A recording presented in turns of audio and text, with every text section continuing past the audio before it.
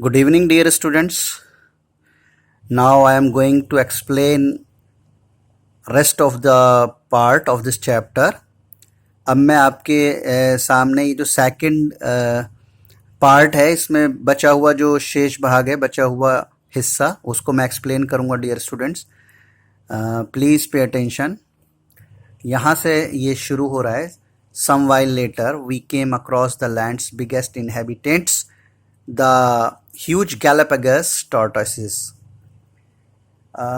इसमें आगे दिया हुआ है कुछ देर बाद, यानी कि ये पूरा क्रीव.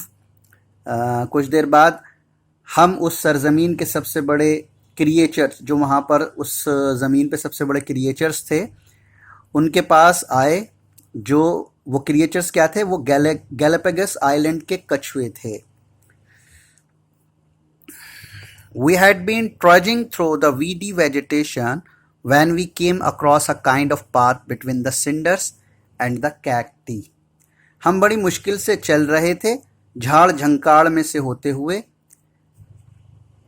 जब हम एक राख और कैक्टी मीन्स डियर स्टूडेंट्स होता है अ काइंड ऑफ प्लांट, एक तरह का पौधा, कैक्टस जो होता है दैट्स कॉल्ड कैक्टी, के बीच के रास्ते से गुजरे. उसके सिंडर्स और कैक्टी यानी कि वहाँ जो था उसका एक राख का ढेर था और वो एक तरफ कैक्टस के पेड़ थे. उस रास्ते से बीच से होके जब हम गुजरे तो आगे इन्होंने क्या देखा? Turning up one of these paths we finally met a pair of tortoises face to face. फिर जब हमने उनमें से एक रास्ता अपनाया, इन्होंने एक कोई रास्ता इख्तियार किया, तो हम फाइनली एक कछुए के जोड़े से मिले आमने सामने. वो हमारे सामने था, जो कछुए का जोड़ा था टॉर्टोइसेस का, वो हमारे सामने था बिल्कुल. They must have weight at least 200 pounds each.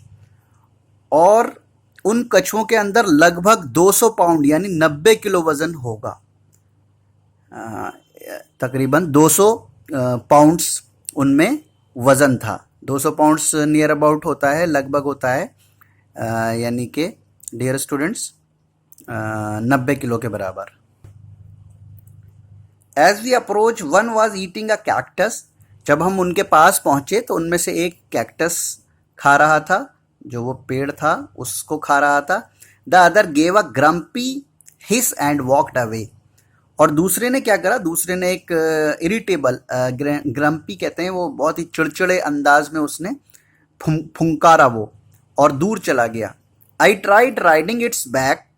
अब ये जेम्स किनकिड कहता है कि मैंने कोशिश करी उसकी पीठ पे बैठने की. अब आप सोच सकते हैं, जब एक कछुए का वज़न 90 किलो का था तो वो कछुआ यानी कि हमारे यहाँ भैंस के बराबर होगा, भैंसे के बराबर होगा, 90-100 किलो का, बकरे के बराबर कह सकते हैं आप, बड़ा बकरा होता है. Though the tortoises did not seem at all concerned or even aware that I was perched on its shell. यानी कि ये आगे कह रहे हैं कि जेम्स किमकिड ने उसकी पीठ पर सवारी करने की कोशिश की. ये तो पहले हो गया.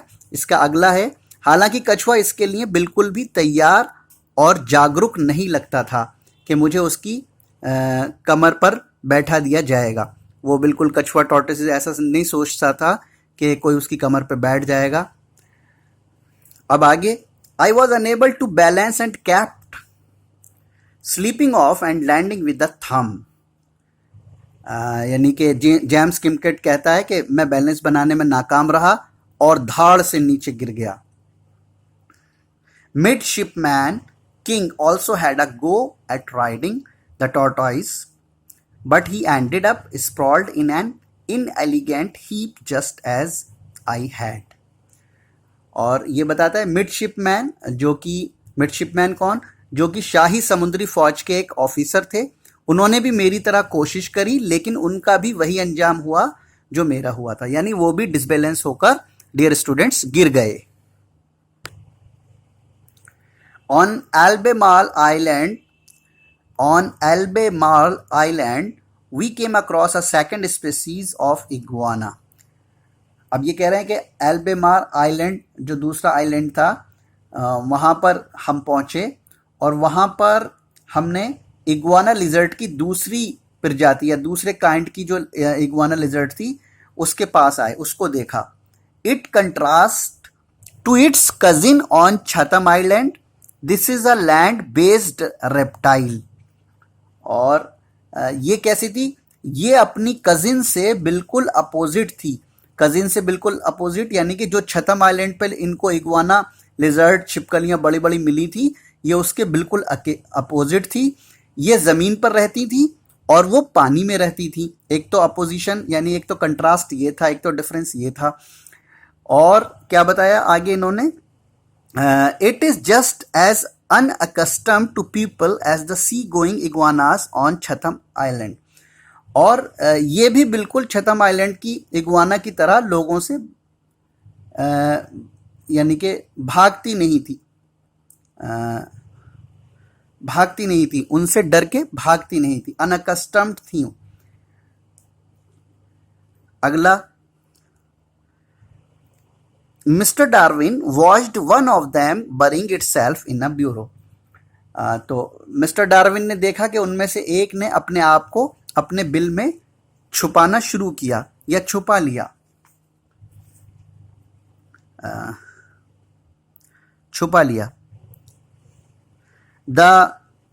When it was halfway underground, he pulled its tail. जब वो अपने आप को छुपाने के लिए जमीन खोद रही थी, डियर स्टूडेंट, तो डार्विन ने उसकी टेल यानी पूंछ पकड़कर खींची. The iguana emerged to see what the matter was. तो इग्वाना ने क्या किया? इग्वाना ये देखने के लिए उभरी या अपने आप को ऊपर बैक पीछे को लौटाया उसने कि क्या मामला है. It clearly wanted to know what was impeding its progress, and it stared hard at Mr. Darwin as if to say, "What are you playing at?" Iguana ये देखने के लिए, अब इग्वाना साफ तौर पर ये जानना चाहती थी कि उसके रास्ते को कौन रोक रहा है. और उसने जैसे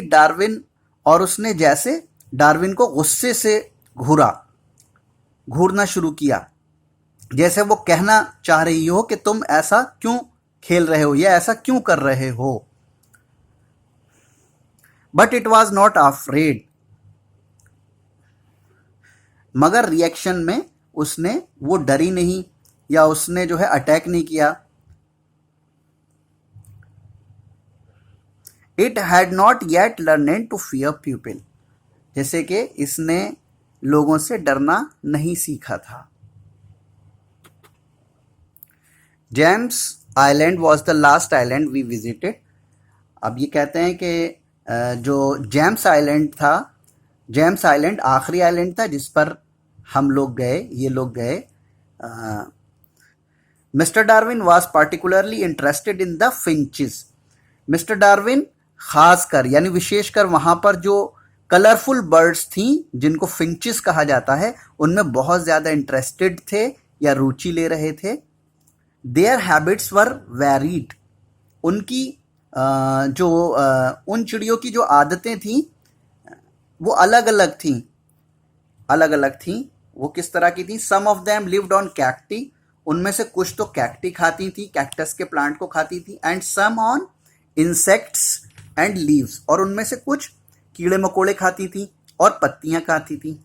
सम stayed on the ground while others lived in the trees.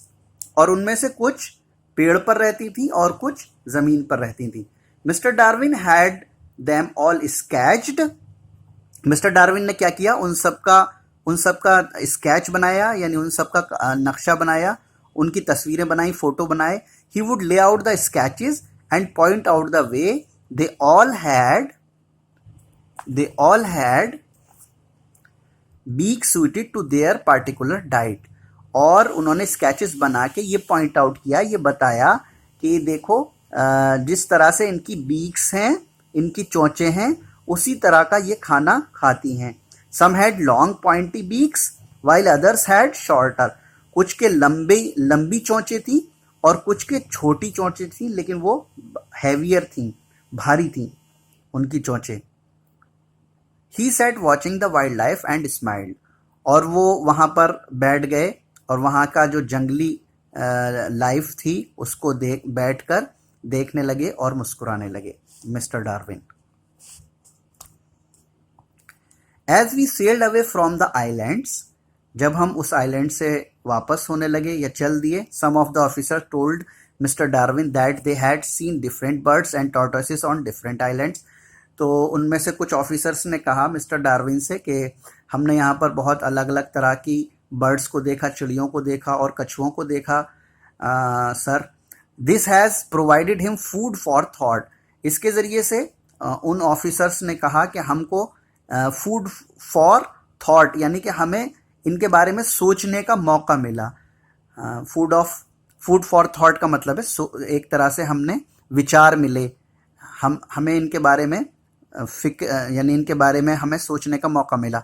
He calls the Galapagos the land that time forgot, उसने मिस्टर डार्विन ने कहा कि Galapagos the land that time forgot उस वक्त तक भूला हुआ था, यानी अब तक हम गैलापागस को भूले हुए थे। I have a feeling it is a land he will remember all his life, लेकिन जेम्स किनकेड कहता है, जो 10 साल का असिस्टेंट था उनका, उसकी उम्र अब 15 साल हो गई थी, कि लेकिन मुझे ये फीलिंग है, मैं ये महसूस करता हूँ कि ये एक ऐसी सरजमीन थी जिसको डार्विन अपनी पूरी ज़िंदगी कभी नहीं भूलेगा। This is the explanation dear students. इस एक्सप्लेनेशन को करने में, वीडियो बनाने में पहले ऐसा लगता है कि वीडियो बहुत जल्दी बन जाएगी, बहुत आसान होगा, लेकिन इट इज़ वेरी डिफ़िकल्ट। कोई बात नहीं, लेकिन मैं चाहता हूँ कि बच्चों का फ़ायदा हो ज़्यादा से ज़्यादा, और इससे मेरा स्किल भी इम्प्रूव होगा इंशाल्लाह। तो मेरी ये दुआ है कि आप सब के लिए ये बेनिफिशियल होगा हिंदी एक्सप्लेनेशन। ठीक है, ओके, अल्लाह हाफिज़।